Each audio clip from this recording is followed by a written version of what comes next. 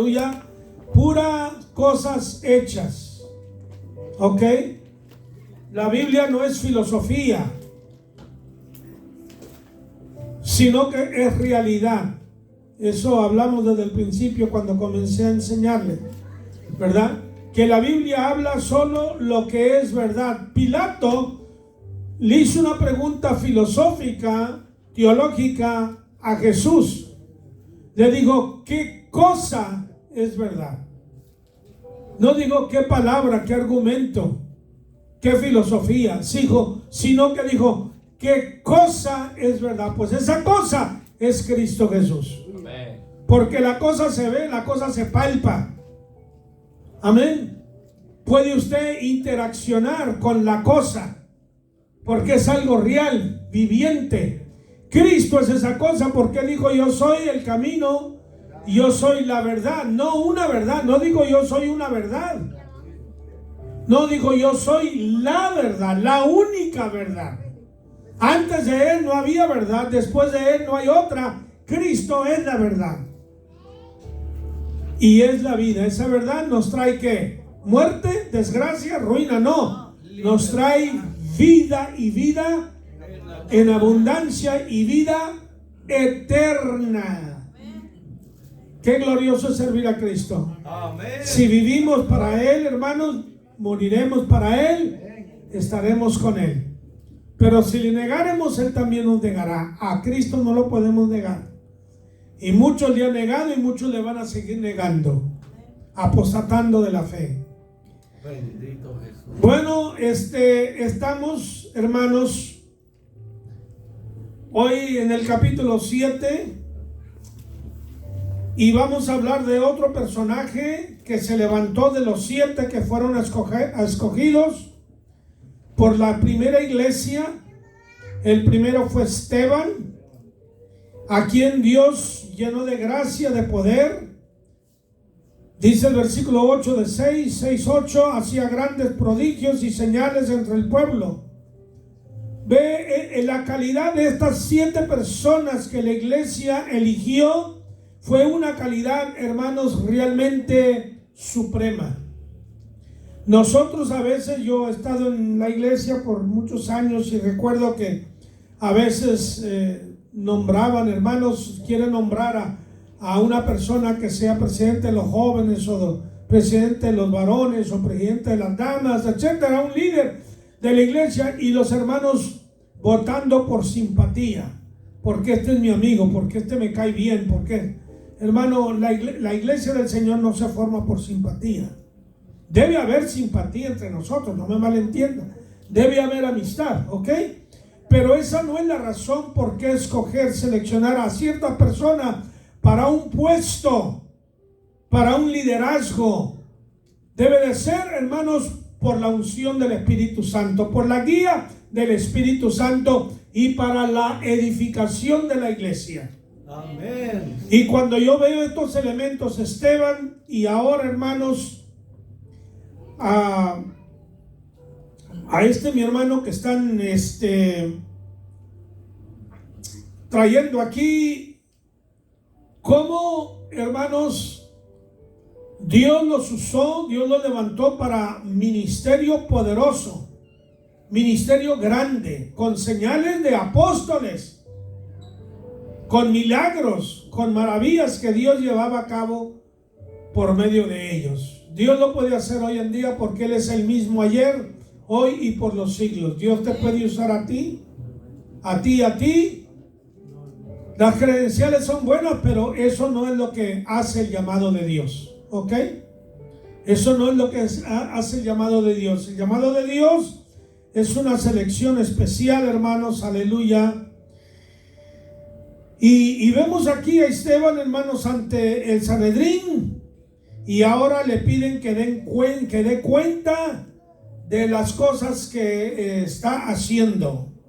Quiero decirles, hermanos, no se espanten, que eso va a suceder aquí en Estados Unidos, donde ha habido tanta libertad de prensa, de palabra, libertad de religión. Quiero decirles que se está levantando una persecución. Entre paréntesis, sin entrar en la política, pero esto lo estoy haciendo para que usted abra los ojos y el entendimiento. Esta semana encausaron al expresidente Donald Trump por cosas, hermanos, que aún cortes federales no quisieron meterse en eso porque vieron que era una cosa que difícil de comprobar, y era una cosa que no era federal, que él le había pagado a una mujer tanto dinero para acostarse con él. Bueno, no es el primero, no va a ser el último, no cometió un crimen con el Estado, contra el Estado. Él lo hizo cuando no era político, cuando no era presidente. Bill Clinton lo hizo cuando era presidente. John F. Kennedy lo hizo cuando era presidente. Entienda eso. Pero a pesar de las fallas de Donald Trump, le voy a decir una cosa, que Dios lo usó, si no para otra cosa, lo usó para dos cosas muy especiales para la iglesia. Él quitó una ley que se había establecido en la década de los 60, cuando Lyndon Johnson, hermanos, él fue presidente, pero antes era congresista. Y él aprobó darle exención de impuestos a las iglesias con el requisito de que en las iglesias no se hablara de política. El pastor no podía hablar a favor de votar por fulano, de votar por mangano. Y eso se aplicó. Entonces las iglesias recibieron exención de impuestos, no pagan impuestos, pero cállese la boca. Cuando Donald Trump llegó a la presidencia, quitó eso, dijo: el pastor tiene tanto derecho como cualquier otro ciudadano de hablar de la política. Bueno, usted lo vea como lo vea, eso sucedió, pero también sucedió que reconoció a Jerusalén como la capital de Israel. Eso lo hizo el 6 de diciembre del 1917. ¿Recuerdan ustedes? Eso fue una obra muy grande. Muy bien. Él está a favor, hermanos, o está en contra, vamos a decir así, está en contra del aborto. Dígame bien. Está en contra del aborto y está en contra, hermanos, de la homosexualidad. El Estado quiere generalizar eso, quiere implantarlo. Lo han hecho a él, óigame bien, lo han hecho a él un símbolo, más que una persona individual, un símbolo de los cristianos. Usted sabe que cuando estuvo Obama, presidente antes de él, no permitía que los ministros fueran a orar allí en la Casa Blanca. No se podía mencionar el nombre de Cristo en el servicio. Yo estuve en el servicio militar, ahí teníamos capellanes y todo, y los metodistas traían su predicador, los pentecostales, los adventistas, todos, y orábamos como estamos acostumbrados. Y al terminar, te lo pedimos en el nombre de Cristo Jesús. Pues Obama quitó todo eso. Donald Trump permitió que fueran ministros a orar por él, a imponerle las manos, a orar en el Congreso, a hablar en el Congreso y a usar el nombre de Cristo Jesús. Y eso es lo que el Estado quiere quitar. Así que lo han convertido a él en un símbolo de la iglesia evangélica. Le digo esto para que usted entienda que el enemigo va a lanzarse contra la iglesia de Cristo Jesús. Pero tenemos, hermanos, como dijo el pastor, tenemos poder, autoridad. Tenemos, hermanos, autoridad del Señor Jesús. Y esta es la autoridad que tuvieron los apóstoles. Esta es la autoridad cuando Jesús resucitó. Dijo: toda potestad me es dada en los cielos y en la tierra. Y cuando envió Jesús a los discípulos: yo doy poder, yo doy autoridad para echar fuera demonios, para sanar enfermos, para resucitar muertos. Aleluya. Yo doy esa autoridad en mi nombre. Vas a hacer eso. Y esa es la autoridad que en el día de hoy, siglo XXI, el Señor ha dado a la iglesia. Usted tiene autoridad de parte del Señor de echar fuera demonios, de orar por los enfermos. Use la autoridad de Cristo. Úsela en el nombre de Jesús. No se deje apabullar, amedrentar, hermanos, por el enemigo, por Satanás. Cuando usted esté enfermo, usted puede orar por sí mismo. Su familia está enferma, usted puede orar por ellos. ¿Está entendiendo? Dios le ha dado autoridad para echar fuera a Satanás. Porque Satanás, hermanos, trabaja aún en el hogar. Gloria al nombre de Cristo. Entonces tenemos a esta persona, hermanos, aleluya, a Esteban. Dice el versículo 1, el sumo sacerdote dijo entonces, ¿es esto así? Y él dijo, el sumo sacerdote era un saduceo, ¿ok? El sumo sacerdocio era por un año. Y él tenía, ¿verdad?, autoridad del Sanedrín y también autoridad, poder jurídico como religioso dentro del pueblo judío, ¿ok? Entonces vemos la disertación que da Esteban comenzando allí en el versículo 1, donde dice varones, versículo 2, varones, hermanos y padres, oíd, el Dios de la gloria apareció a nuestro padre Abraham, estando en Mesopotamia antes que morase en Harán. Ok, vamos a titular esto, hermanos, esta enseñanza, la necesidad de conocer y no olvidar nuestra genealogía espiritual. Es bueno recordar y conocer nuestra genealogía de raza, ¿verdad?, de familiar, etcétera, de dónde vengo, quiénes son mis padres, mis abuelos, mis bisabuelos, etcétera. Pero en las cosas espirituales también tenemos un padre espiritual, aquel que Dios usó para evangelizarnos, para traernos a los pies de Cristo. Amén. ¿Ok? Que nos fue educando, que nos fue instruyendo. A veces, hermanos, la Biblia dice que tengamos en alta estima a los que trabajan por el Señor. Amén. La iglesia, hermanos, se ha alejado tanto de los principios bíblicos que a veces al pastor de la iglesia lo tienen como un cualquiera. Lo irrespetan, lo desobedecen, lo desafían, lo retan, le rechazan la palabra que Dios le da para el pueblo. El mal se lo está haciendo a usted mismo. Usted está comiendo veneno. ¿Está entendiendo? Esa autoridad no viene del hombre, viene de parte de Dios. Entiéndalo. Y cuando nosotros, hermanos, vemos retrospectivamente cómo el Señor nos ha traído, porque esto es muy importante. Y yo recuerdo, no se me olvida, todas las enseñanzas de mi padre, que fue mi pastor, a quien Dios usó para traerme a los pies de Cristo. Mi padre, mi madre, pero todos los consejos, toda la enseñanza que él me dio antes y después de ser evangélico. ¿Cómo me ayudó eso? ¿Cómo su vida ejemplar, hermanos? ¿Cómo su consagración al Señor? Su integridad, hermanos, su sinceridad, su dedicación a Dios, todo eso marcó en mí, hizo huellas en mi vida, en mi mente, emocionalmente, espiritualmente, y me ayudó y me ha ayudado hasta el día de hoy. Y es lo que está haciendo Esteban aquí. Necesidad de conocer y no olvidar nuestra genealogía espiritual y transitoriedad y peregrinaje en el Señor. Porque los años, hermanos, Dios nos habla a través de los años, nos va enseñando, nos va instruyendo. ¿Ok?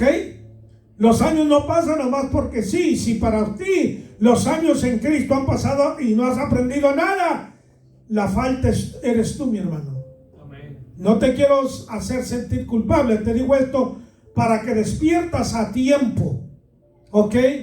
Que Dios ha querido instruirte, enseñarte. Déjate de ver las fallas de tus líderes. Hace momentos dije que Dios no ocultó las fallas de los más grandes hombres y mujeres de la Biblia. No ocultó las fallas de ellos. Así que si tú ves fallas en mí, soy humano, no soy un ángel, no soy Dios. No veas mis fallas, ve las tuyas. Con ver mis fallas no te va a servir. Yo tengo muchas fallas. Fallas que no te las voy a decir porque no te va a servir. Me ven asustados, hermanos. Pero como tengo fallas, tengo también ciertas virtudes, ciertas cualidades que Dios me ha dado, que te puedan ayudar. ¿Ok? Entonces aquí comienza Esteban dando la historia de cómo el pueblo se formó, cómo Dios lo llamó, y los líderes, hermanos, que Dios usó como instrumentalidad, aleluya, para formar este pueblo que no era nada. Si usted lee Ezequiel capítulo 16, no lo leo ahorita, pero léalo en casa, estúdielo. La metáfora, el lenguaje que Dios usa allí para hablar de cuando Israel nació como pueblo, como nación.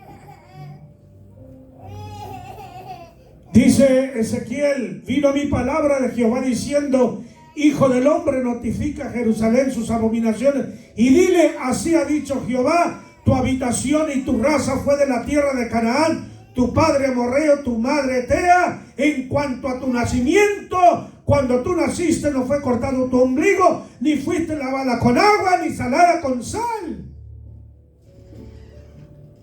Ni yo pasé junto a ti y te vi envuelta en sangre y dije: vive, dice Jehová, vas a vivir. Amén. Y cuando estudiamos la historia moderna, es fascinante, hermanos, es impactante lo que ha pasado, lo que pasó en 1948, lo que pasó en 1897, en 1917, en 1947, en 1967, todos esos años proféticos, Dios volviendo a formar a Israel cuando el pueblo fue disperso después de la primera diáspora, cuando vino Nabucodonosor y se los llevó, cuando vinieron los asirios se los llevaron y deshicieron aquel pueblo compuesto de 12 tribus y lo dejaron en nada.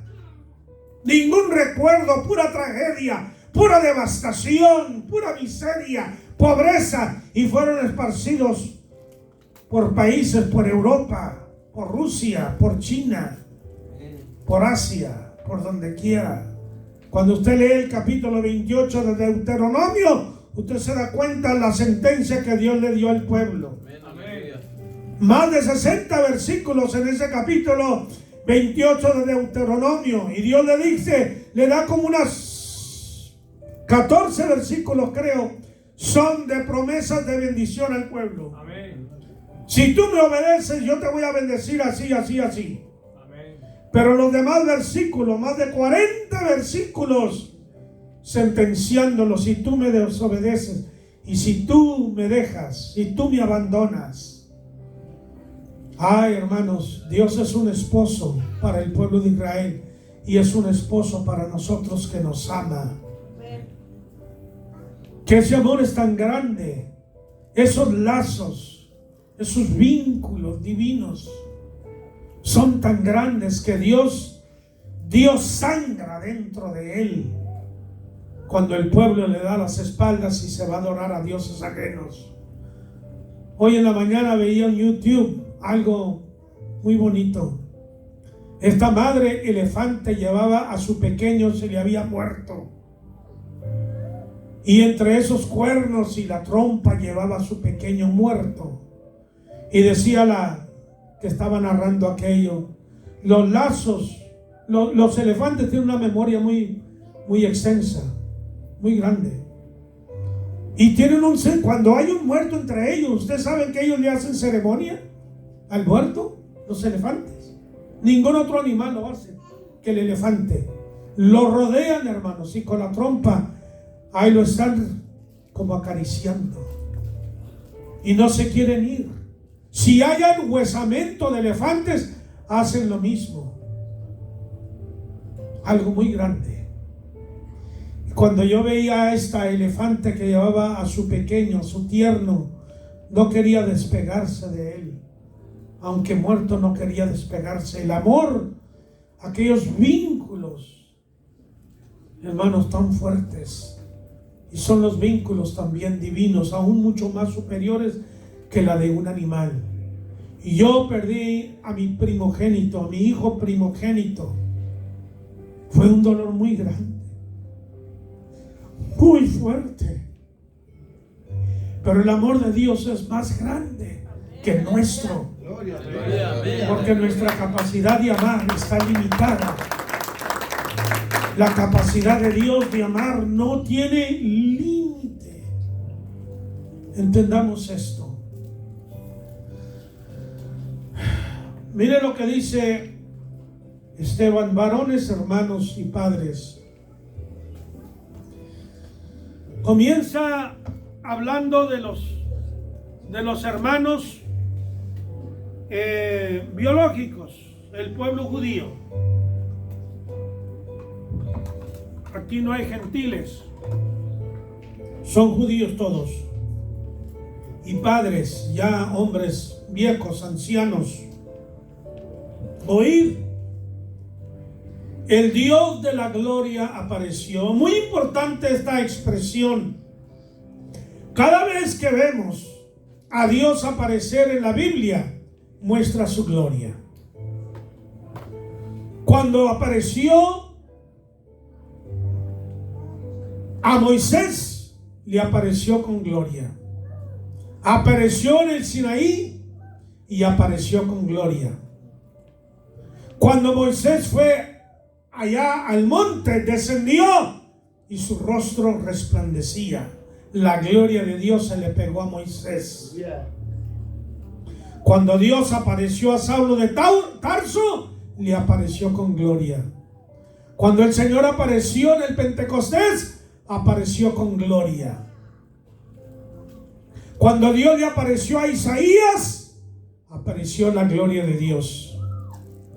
Cada vez que Dios aparece, por eso Esteban usa estas frases: el Dios de la gloria. No es un Dios mítico, no es una figura cósmica, no, es un Dios de gloria, de poder, de grandeza. Cuando Jesús se transfiguró en el monte, allí manifestó que su gloria. Pedro dice más adelante: vimos su gloria como la del unigénito.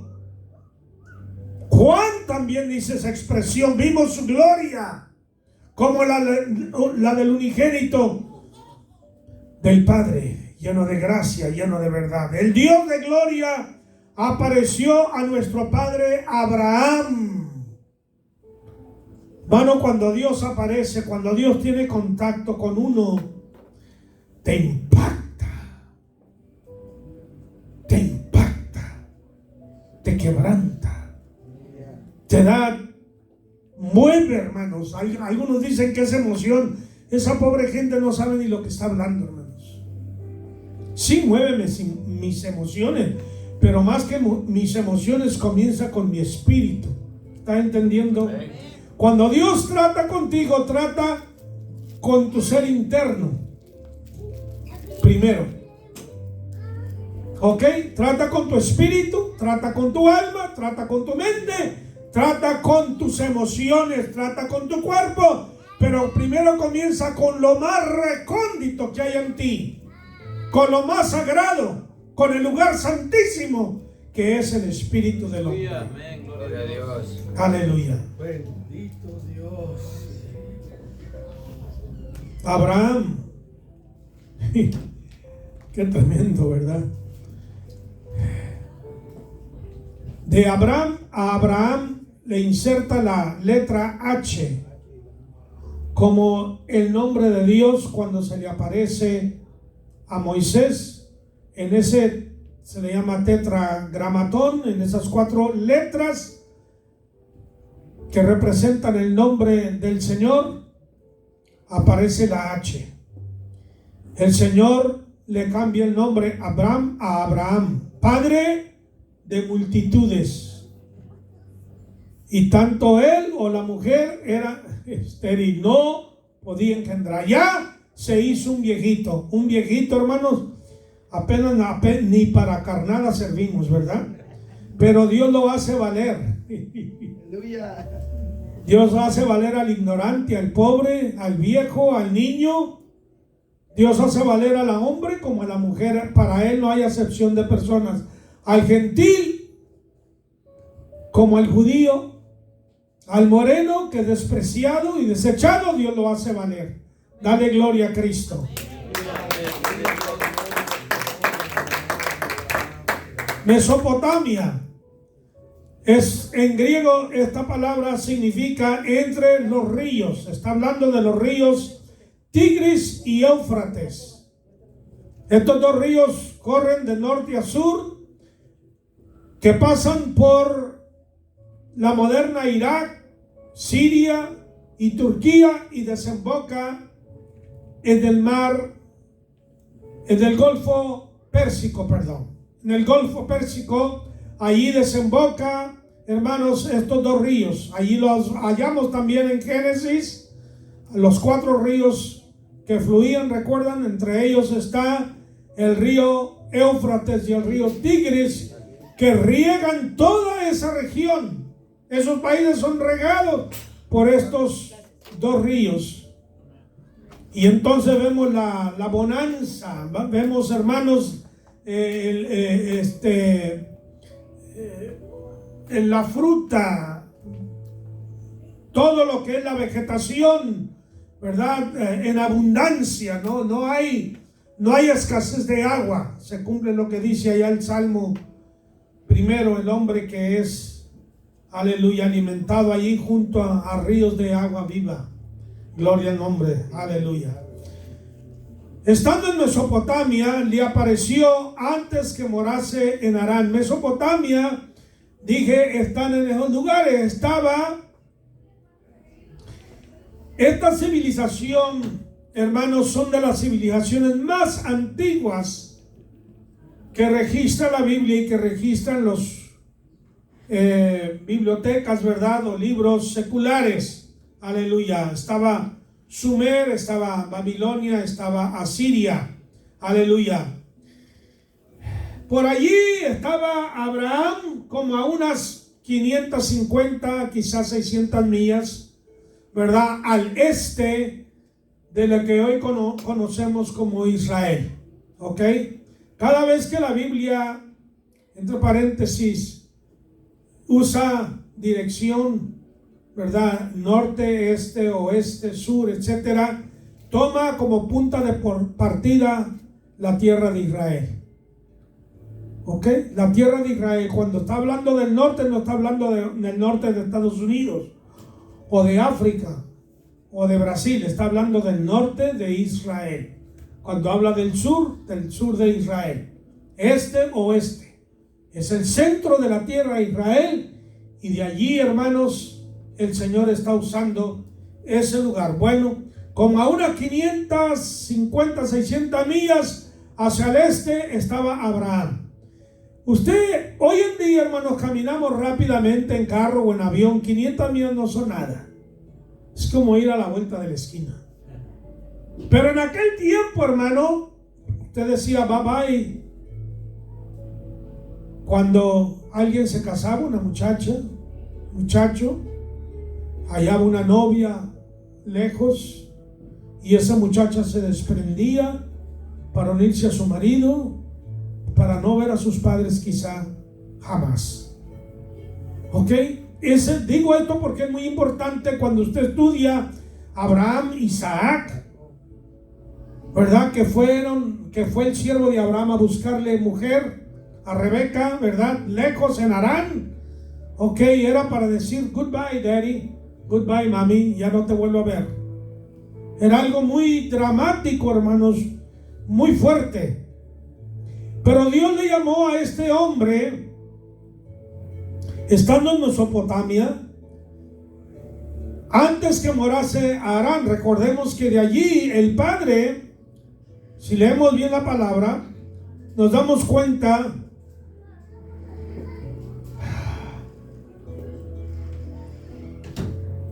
que el padre de Abraham tomó a Abraham y tomó, ¿verdad?, a Lot, su nieto, y se fue de donde estaban a la tierra de Harán.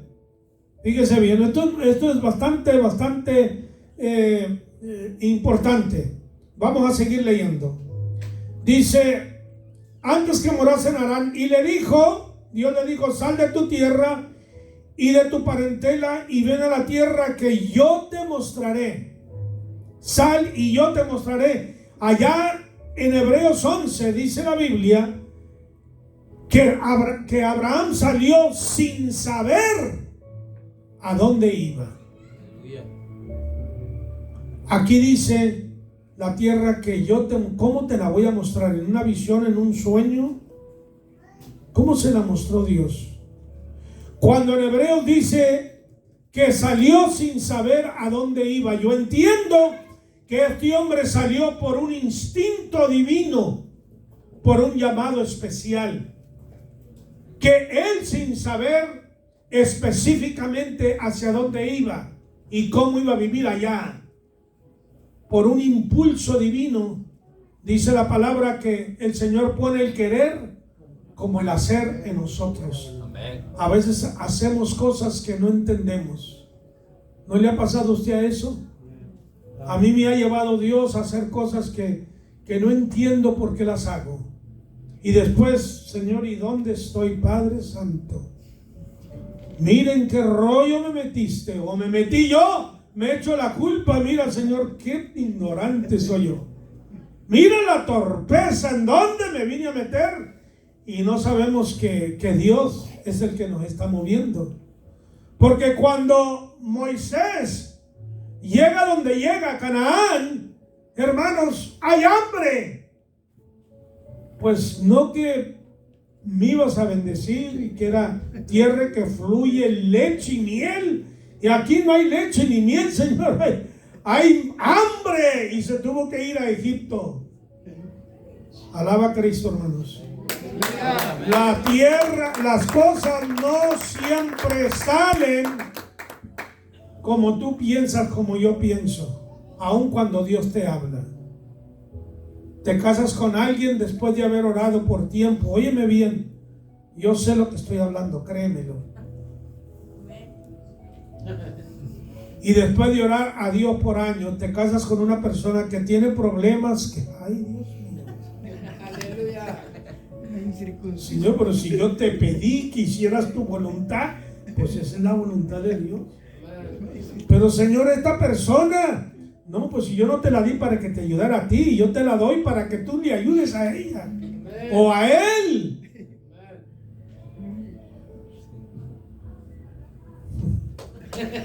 Ahora lo están pensando dos veces, ¿verdad? Aleluya. El hecho de que Dios te guía y que Dios te dirige no quiere decir que va a ser, hermano, un jardín de flores. Dios está contigo en cualquier situación, en cualquier problema, y te va a dar victoria, pero tú tienes que confiar en Dios, ser tenaz, no débil, y creerle a Dios. Aleluya. No importa lo que venga y lo que pase. Le dijo, sal de tu tierra y de tu parentela y ven a la tierra que yo te mostraré. Aleluya. ¿Qué dice la palabra? Y salió, obedeció. En Hebreos 11 nos dice también la misma palabra, que Abraham obedeció a Dios y salió. ¿Y qué dice? Nos dice Dios en nosotros. ¿Salimos o no salimos? ¿Qué dice allí en Apocalipsis 18:4 cuando habla de la ramera? ¿Qué le dice a la iglesia, al pueblo de Dios? ¡Sal! De allí, Señor, sácame. No, tú sal. Haz tu parte. Queremos que Dios nos saque de todo apuro. No. Tú te metiste allí.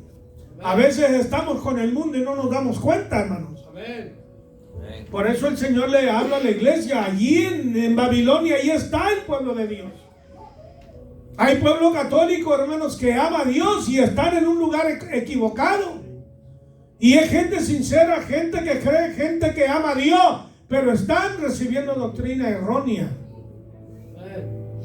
Y a nosotros el Señor nos dice, mira, viene el globalismo, viene el ecumenismo, viene la mentira, viene el engaño, y tú tienes que salir de ahí y creer la palabra. Lo único que te va a salvar es esto. Te va a salvar del engaño y del error. La palabra de Dios. Estúdiala, léela.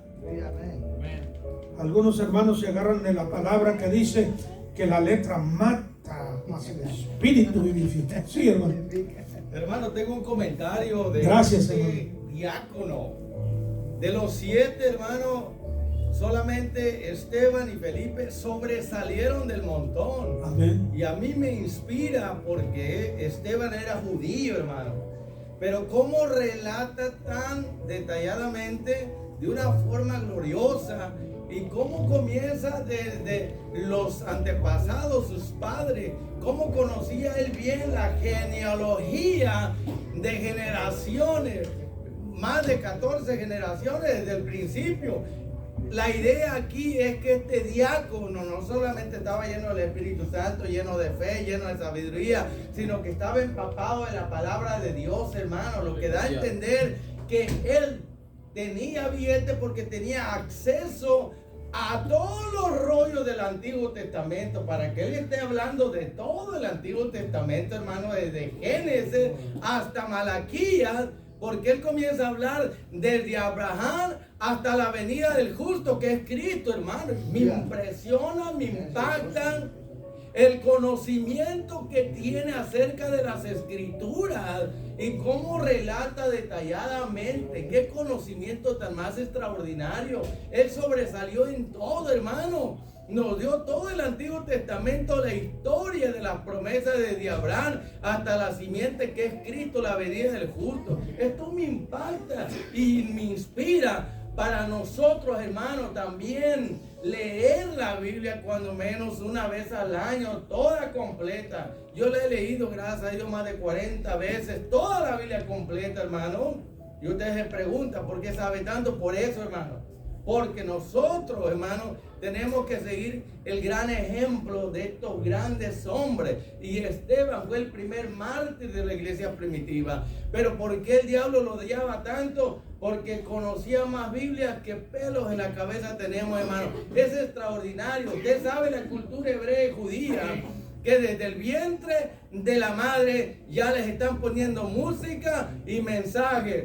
A los niños a los 3 años reciben una instrucción tan rígida y tremenda y estricta. A los 5 años se saben libros enteros de la Biblia, como Levítico, Éxodo y Número. Hermano, es un gran ejemplo. Por eso es muy difícil evangelizar a un judío, porque ellos saben más Biblia que usted.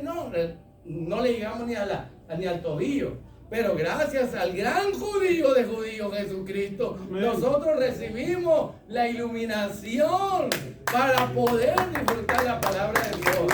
Esteban, hermano, un servidor, un diácono sobresaliente de entre los 7. Un hombre como Pablo que conocía la escritura de tapa a tapa, desde Génesis, de los primeros padres, Abraham, Isaac, Jacob. Se va por toda la Biblia, los patriarcas, pasa por Moisés, por los profetas y llega hasta el justo Jesucristo, hermano. 39 libros. Me imagino que él tenía su biblioteca y tenía ahí todos los rollos del Antiguo Testamento. Es de admirar este gran hombre de Dios, este gran diácono, servidor, que sobresalió de todo el montón. ¿No le inspira a usted? Que usted se levante, estudie la palabra y sobresalga en su iglesia, en el mundo, en donde quiera que esté, que todos puedan decir, no hay otro como esa hermana, No hay otro como él. Sabe más Biblia que cualquiera y no solamente la sabe, sino que como Esteban la vive, la practica y la comparte y está dispuesto a darlo todo, hermano. Pensemos en esos 39 rollos, en esa biblioteca que él tenía, cómo se empapaba, cómo conocía la escritura. No hay otro en la Biblia que relate una disertación, un sermón tan largo y que hable de tanto, hermano, de todo el Antiguo Testamento, desde las promesas hasta el cumplimiento de la venida del justo. Eso me impresionó, hermano. Amén, hermano. Sobresaliente. Amén. Y es lo que Dios quiere, que usted sobresalga en el trabajo, en la tienda, en la calle, en la sociedad, en la iglesia, donde quiera que vaya, que puedan mirar que usted es diferente y mejor a los demás.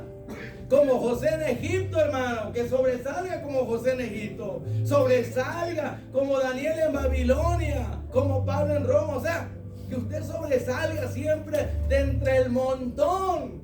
Aleluya. Ya no nos conformemos, hermano, con ser lo que somos. Echémosle ganas, hermano. Amén, amén. Llenémonos, consagrémonos, superémonos, sobresalgamos en todo, donde quiera que estemos. ¿Y está de acuerdo? Que bueno, dele un puntapié al conformismo. No se conforme, que no pasen 10 años en una iglesia y usted ahí sentado haciendo nada. No, hermano, levántese, aprenda a tocar instrumentos, sea un excelente músico, un excelente cantante, estudia la Biblia y llegue a ser un excelente maestro, un excelente evangelista, apóstol, misionero y bueno, ¿qué más puedo decir? Un excelente pastor. ¡Wow! Que sea un líder Amén, amén. de millones, un ministro de multitudes. Aleluya. Necesitamos más Esteban, hermano. Necesitamos más José en Egipto, más Daniel en Babilonia. Gracias, hermano. Más Felipes, ¿verdad? Más Felipe. Felipe es que el Señor lo llevó a evangelizar al etíope y ese hombre fue y llevó la palabra a Etiopía también. Gloria a Dios, aleluya. Dios tiene sus instrumentos, hermanos, indudablemente. Y yo creo, hermanos, estoy cierto, tengo esta convicción que en estos últimos años Dios va a levantar a muchos, especialmente jóvenes.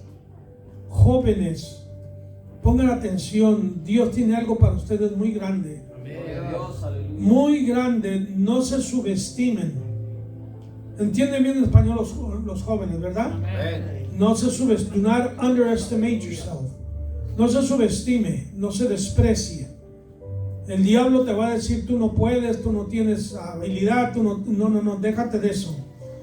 Hermanos, Dios tiene algo muy grande, muy especial y yo creo que en estos últimos años, a pesar de que venga lo que venga, Dios va a impactar al mundo a través de su iglesia verdadera, ¿verdad? De ese gremio pequeño, ese remanente que ama al Señor, que le ama de verdad, hermanos. Dios lo va a levantar y lo va a usar para honra y gloria de Dios. Pero miren lo que el pastor dice, es una verdad, hermano. Usted tiene que tener herramientas. Ok, ¿de qué le sirve un arma si no trae municiones? Quiere asustar y aquel otro saca la suya y sí trae municiones y lo penetra. Y usted hizo nada más queriendo asustar, blofeando a otros. No, al diablo no se le blofea, hermano. You don't bluff him. No, o sea, no trate de espantarlo con palabras. No. Usted tenemos el arma más poderosa, que es la palabra de Dios. Amén. Aleluya. Esta es el arma más poderosa, créame lo que es poderosa. Y Dios hace extraordinarios milagros. Muy bien, Jesús dijo a sus discípulos en Juan 15:16, hablando de la vid verdadera, dice: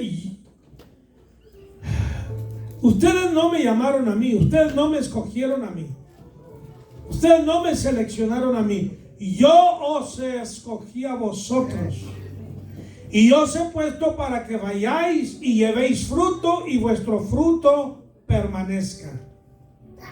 Y a esos pámpanos el Padre los limpia para que lleven más fruto. Abraham era estéril Y Dios le habla, hermanos, de que va a ser padre de naciones. Esa es una locura, hablando en términos humanos. Nuestra lógica nos diría, esa es una locura que un viejito de 75 años y Dios le está haciendo promesas, pero Dios mío, ¿qué le pasa al Señor, hermanos? ¿Qué le pasa a Dios? ¿Por qué no hace las cosas el Señor dentro de lo que nosotros entendemos? ¿Sabe por qué? Porque si las hace dentro de nuestro patrón, nos vamos nosotros a dar gloria a sí mismo. ¿Ok? Pero cuando Dios hace algo de acuerdo a su patrón, de acuerdo a cómo Él hace las cosas en una forma extraordinaria, a lo imposible lo hace posible, entonces reconocemos que es Dios el que lo hizo y no el hombre. Gloria a Dios. Amén. Y eso es lo que Dios quiere que reconozcamos, que Él hace las cosas y la gloria le pertenece a Él. Gloria al nombre del Señor. Abraham llevó mucho fruto. Gloria al Señor. Abraham salió de donde Dios le llamó, y Dios nos llama a nosotros a salir. No solamente algunos de ustedes vinieron de México, de Sudamérica, de Centroamérica, haya llegado aquí como usted haya llegado, hermanos, Dios lo trajo aquí. Dele gloria a Dios. Usted lleve fruto. Gloria a Dios. No se esté quejando, no esté criticando, no esté llorando. Ay, que este país, déjese de esas tonterías, hombre. Dele gloria a Dios ahora, agradezcale al Señor. Alabe a Cristo. ¿Por qué Estados Unidos hace esto? Usted no va a cambiar la historia, ni yo tampoco. Amén. ¿Ok? Usted no va a cambiar la historia, ni yo tampoco. Vamos a olvidar el pasado, vamos de aquí en adelante a que Dios nos use, convertirnos en instrumentos para gloria suya. Gloria al Señor, aleluya. Ahora, fíjese usted una cosa, lo que Dios le dice a Abraham: sal de tu tierra y de tu parentela y ven a la tierra que yo te mostraré. O sea, Abraham estaba dejando a su parentela, estaba dejando a sus amigos, estaba dejando su cultura, estaba dejando sus costumbres, estaba dejando quizás su idioma, se familiarizaba bien, ¿verdad? En el idioma que él hablaba, y va a un lugar, hermano, Canaán. No sé si ustedes saben esto, pero lo que es la brujería, la hechicería, no comenzó en África, hermanos. Comenzó en Canaán. En Canaán, eso yo lo sé por brujos que tenían relación con Satanás, que se le aparecían a Satanás. Satanás ya aparecía a ellos. Por eso conozco yo eso. Y va usted a la historia y la historia confirma eso. Lo que es la hechicería, el vudú, todo eso, hermano, comenzó en Canaán. Por eso Dios tuvo que decirle al pueblo: acaba con ellos, acaba con ese pueblo, porque te va a contaminar. Yo voy a plantar un pueblo nuevo aquí, yo voy a hacer una cosa nueva. Dios tiene que desarraigar para plantar un nuevo árbol, un nuevo fruto. Cuando Dios te quita algo, es porque ya tiene preparado lo que te va a dar. Aleluya. Amén. Gloria a Dios. Dios no te lo quita para que estés desprovisto, para dejarte sin nada, desamparado, sin fuerza, sin apoyo. No, no, no. Es que Dios ya de antemano ha preparado la bendición para ti. Gloria a Dios. Amén. Si Dios te pide que des una ofrenda especial, a mí me han regalado dinero, me han regalado carros, me han regalado cosas, hermanos. Dios les bendiga a los hermanos. No carro nuevo, carro usado, pero carros muy buenos, que los he usado en el ministerio. Hermanos, Dios tiene ya preparado, aleluya, lo que te va a dar. Aleluya. Amén. Ahora tampoco te estoy diciendo que me des tu carro, ni que se lo des a nadie, ni tu casa, a menos que Dios te hable, entiéndeme. ¿Ok? Cuando alguien te dice: Dios me dice que me des esto, espera oír tú la voz de Dios primero. ¿Ok? No te vayas por lo que otros te dicen, porque he escuchado muchas profecías de esas, hermanos, que ha traído mucha desgracia y tristeza y ruina a los cristianos. Amén. Aleluya. Y dice la palabra: entonces salió de la tierra de los caldeos y habitó en Harán, en Turquía. Harán está en Turquía. Y de allí, muerto su padre, le trasladó a esta tierra en la cual habitáis ahora. Primero Abraham sale, ahora Dios lo traslada. Ok, Dios lo lleva, lo impulsa a ir a esta tierra a donde él está. Gloria al nombre del Señor. Y no le dio herencia en ella. Ay, qué decepción. Fíjate, Dios le digo, te voy a hacer esto, voy a hacer lo otro, te voy a dar esto, te voy a dar lo otro. Pero aquí dice, no le dio herencia en ella, ni aún para sentar un pie, pero le prometió que se la daría en posesión y a su descendencia después de él. Ahora, el pastor me puede ayudar quizá en esto, pero quiero que veamos, hermanos, en Hebreos capítulo 11, el versículo 13. Capítulo 11, versículo 13 de Hebreos, donde habla de los héroes de la fe. Dice así: conforme a la fe murieron todos estos sin haber recibido lo prometido. En su vida ellos no recibieron lo que Dios les había prometido, sino mirándolo de lejos y creyéndolo y saludándolo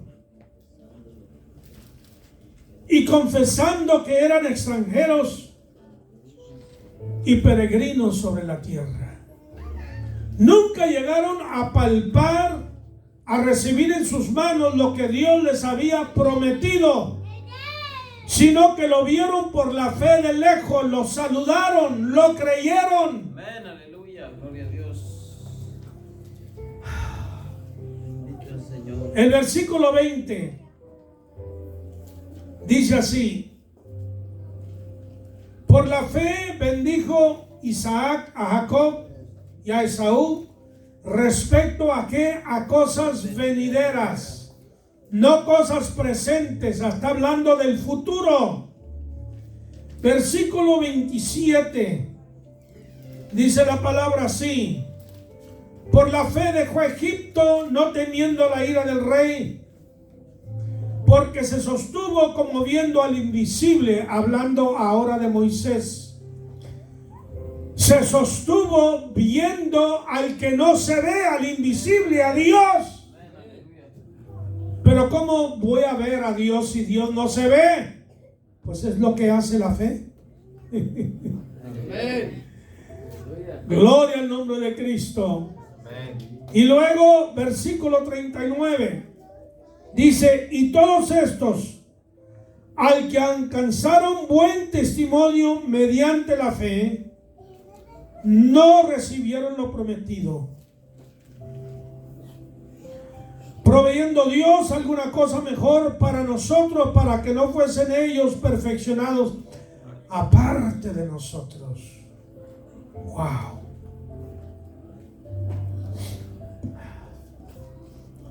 Si hablamos de la tierra de Canaán, allí vivió Abraham, ahí vivió Isaac, ahí vivió Jacob, ahí vivieron los 12 patriarcas, los hijos de Jacob, pero después fueron trasladados a Egipto por 400 años.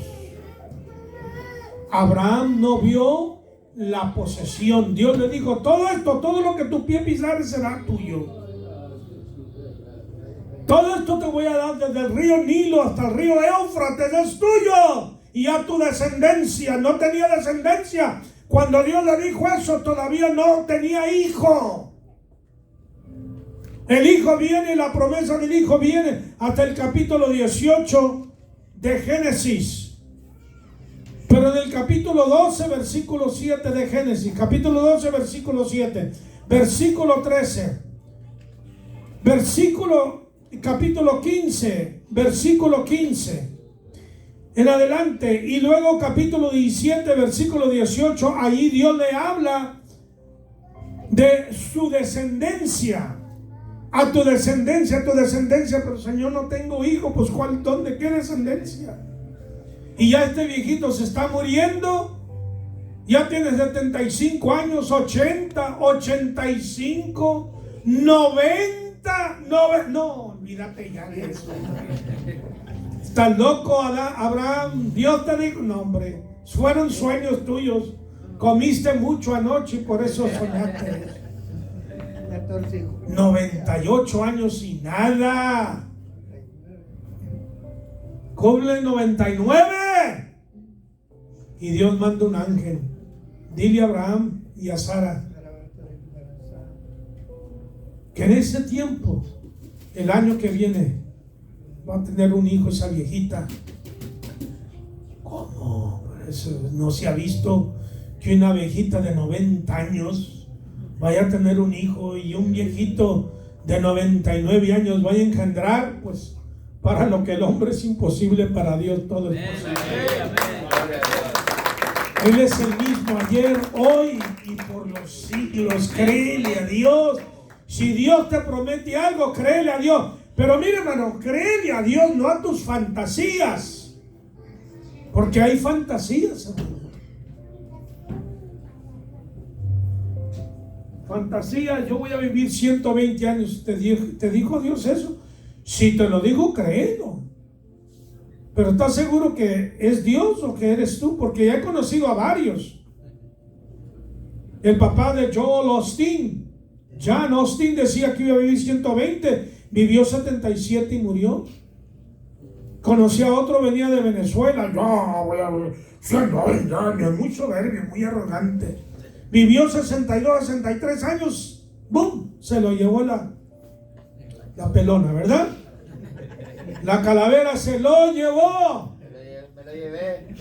Dios no le dijo nada. Esas son fantasías. ¿Comprende, hermano? Amén, amén. Créele a Dios. Tú tienes una petición, pídele a Dios. Aleluya. Pídele a Dios. Que Dios te conteste, ¿me vas a dar esto, Señor, o no? Porque a veces Dios dice no. No siempre Dios dice sí. ¿Ok? A veces Dios dice no. Y a veces no dice nada. Te deja ahí a ver qué vas a hacer. Pero si Dios te promete, créele. Siempre y cuando sea el Señor. Gloria a Cristo. Dicen gloria a Dios, hermanos. Aleluya. Ya es tiempo de callarme, ¿verdad? Sabe que yo tengo un problema, ya me voy a callar. Yo tenía un problema, mi madre me decía que yo no comencé a hablar hasta los 5 años de edad. Entonces yo estoy tratando de hacer por los años que no hablé. Pero mira, mis hermanos me dicen, oye, pero ya te rebasaste, dice, ya párale. La palabra de Dios, hermanos, es muy preciosa. Amén, amén. Yo puedo hablar de ella todo el día, yo me gozo. ¿Por qué? ¿Por qué me gozo? Porque Dios me habla a mí a través de ella. Antes que esta palabra llegue a usted, créame lo que ya llegó a mí. Y la creí, la asimilé. Hermanos, Dios trató conmigo. Entonces, hermanos, vemos a Abraham. Aleluya, no poseyó en su vida todo, pero Dios lo ha cumplido hasta el día de hoy. Amén. Y Dios lo va a cumplir. Gloria a Dios. Todo el pueblo, yo pensaba, ya me voy a caer. Yo creo que ya es tiempo, ¿verdad? ¿Qué tanto he hablado? ¿1 hora, hermano? Ay, Señor.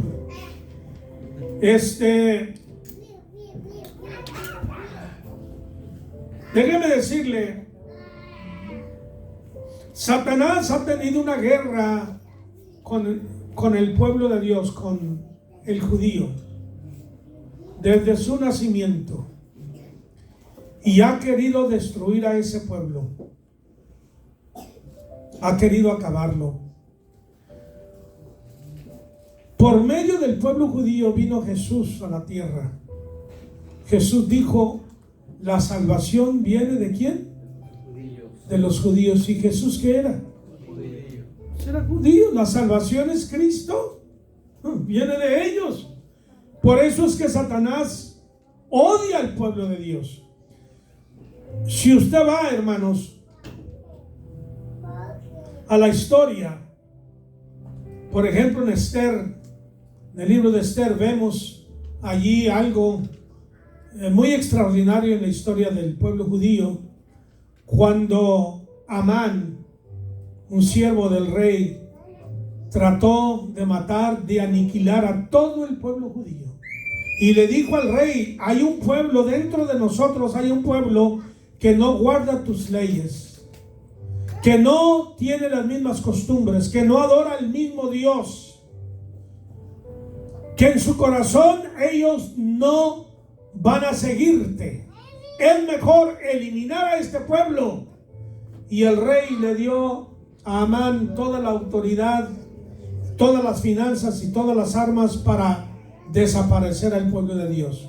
Usted ya ha leído la historia como Dios milagrosamente, a través de una muchachita y una jovencita preciosa, Esther, Dios salvó al pueblo. Esa mujer, esa muchacha representa la iglesia gentil. Porque es la iglesia, hermanos, que trae salvación. Primero Israel trae salvación a la iglesia, y luego, después de que Israel apostata de la fe, la iglesia está ahora tomando el lugar, no sustituyendo la promesa de Dios a Israel, no sustituyendo al pueblo de Dios, sino salvándolo. ¿Cómo? Trayéndole el evangelio de Cristo. El evangelio de Cristo, según nosotros lo conocemos, está penetrando al pueblo judío en Israel, hermanos. Está penetrando, está llegando a ellos, y muchos se están convirtiendo a Cristo Jesús. Y dice la Biblia que estuvo el pueblo allá 400 años. 400 años. ¿Sabe usted que el número 40 representa, es el año de prueba? Ok, el judío tiene 6 etapas en su vida. El primero es a los 8 días. A los 8 días el judío se logra, es circuncidado. Al 8º día. El Salmo 8 coincide con esa etapa.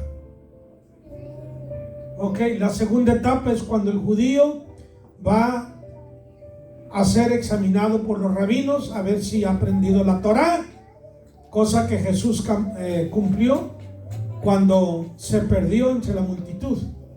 Ustedes ya saben la escritura, ¿verdad? Esa es la segunda. La tercera etapa es a los 20 años. El Salmo 20 coincide con esa etapa, tercera etapa del pueblo judío, es cuando va a la guerra. El Salmo 20 dice: Jehová te guarde en el día del conflicto, defiéndate el nombre del Dios de Jacob, te envía ayuda desde santuarios, desde Sión te sostenga, haga memoria de todos tus presentes y reduzca ceniza tu holocausto. Cuando el judío va a ir a la guerra, repite ese salmo. La tercera edad, la cuarta, es a los 30 años, cuando asume responsabilidades. Después viene la otra etapa, la quinta etapa, a los 40 años, representa, hermanos, prueba. Jesús ayunó 40 días, 40 noches. En Moisés hubo 3 40s. Los primeros 40 años en el palacio de Faraón. Los segundos 40 años pastoreando ovejas. ¿Cómo le gustaría a usted ser pastor de ovejas? Por 40 años, hermano. Ay, Padre, sácame de aquí, Señor. O te revientas, hermano, o te haces humilde y manso, como lo fue Moisés. Dios preparándolo. Y entre paréntesis, todo lo que ha pasado en tu vida, óyeme bien: amargura, decepciones, enfermedades, pérdidas, tragedias, todo lo que ha pasado en tu vida, Dios lo ha permitido porque te está preparando para algo grande. Dios te va a usar, Dios te va a bendecir. Iglesia de Cristo, no desmayes. No necesitas ser pastor, ni evangelista, ni apóstol. En la posición que estás, en donde Dios te ponga, sé fiel y vas a ver la victoria que Dios te va a dar. Dios les bendiga. Dios les guarde. Aleluya. Gracias.